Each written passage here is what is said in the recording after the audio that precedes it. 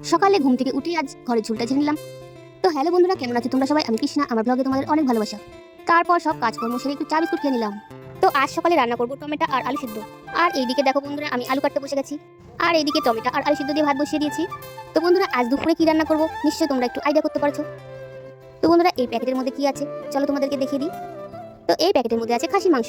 তো আজকে অনেক সবজি বাজার বাড়িতে এসেছে, সকাল সকালে আজ সব বাজার হয়ে গেছে। তো আজকে রান্না করবো উস্তে আলু ভাজা আর লাল শাক ভাজা আর খাসির মাংস, আর বাদ বাকি সবজি রান্না করবো কালকে। তো তোমাদেরকে তো দেখিয়ে দিলাম আজ সকালে কি কি বাজার হয়েছে। আর এইদিকে দেখো বন্ধুরা, টমেটো আলু সিদ্ধ, কাঁচা লঙ্কা আর পেঁয়াজ সর্ষের তেল লবণ দিয়ে ভালো করে মেখে নেব। তো তোমাদের এরকম আলু সিদ্ধ মাখা কার কার ভালো লাগে অবশ্যই কমেন্ট করবে, আমার তো বেশ ভালোই লাগে। তো এই আলু সিদ্ধর মধ্যে যদি একটু শসা দেওয়া যেত আরও ভালো লাগতো। আর এইদিকে দেখো বন্ধুরা, আমার আলু সিদ্ধ মাখা কমপ্লিট। এইবার আমি আমার বরের জন্য ভাত বেড়ে নেব। আজ সকালে টমেটো আলু সিদ্ধ দিয়ে খাওয়া দাওয়া হবে। আর এইদিকে দেখো বন্ধুরা, মাংসটা ভালো করে ধুয়ে নিয়েছি। তো তোমাদেরকে ভাবলাম আজকে একটু খাসির মাংস রান্না করে দেখাই আমি কিভাবে রান্না করি। এরপর একটু লবণ আর হলুদ দিয়ে প্রেসার কুকারে মাংসটা সিদ্ধ কষিয়ে দেবো। আর এইদিকে দেখো বন্ধুরা, আমার সব মশলা আমি গুছিয়ে নিয়েছি একবারে কেটে ধুয়ে।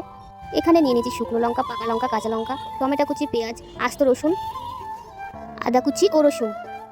তো মিক্সিং জারে কি দিলাম তোমরা তো দেখে নিলে, একটু জিরে গুঁড়ো দিয়ে দিলাম। আর এদিকে দেখো বন্ধুরা, আলুগুলো আগে থেকে কেটে ধুয়ে নিয়েছি।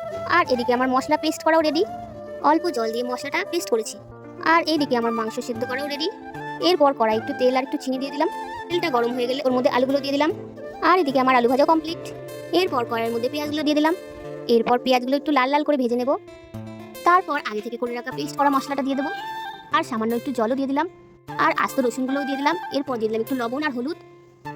তারপর টমেটো কুচিগুলো দিয়ে দিলাম। এবার মশলাটাকে ভালো করে কষিয়ে নেব। এরপর অনেকক্ষণ ধরে মশলাটাকে কষাবো, যতক্ষণ না এর থেকে তেল ছেড়ে আসে। তো বন্ধুরা, মাংসর মশলা কষানো আমার একদম রেডি। আর এইদিকে দেখো বন্ধুরা, মাংস সিদ্ধ হয়ে গেছে। আর এই জলটাও আমি রেখে দেবো, ফেলবো না, এটা পরে মাংসের মধ্যে দিয়ে দেবো। এরপর সিদ্ধ করে রাখা মাংসগুলো এর মধ্যে দিয়ে দিলাম। এরপর ভালো করে কষিয়ে নেব। তো বন্ধুরা, অনেকক্ষণ ধরে এটাকে কষাতে হবে। মশলাটা যতক্ষণ ধরে কষিয়েছি মাংসটাও ততক্ষণ ধরে কষাতে হবে। আর এদিকে আমি একটু গরম জল বসিয়ে দিয়েছি। তারপর দিয়ে দিলাম মাংস সিদ্ধ করে রাখা জল।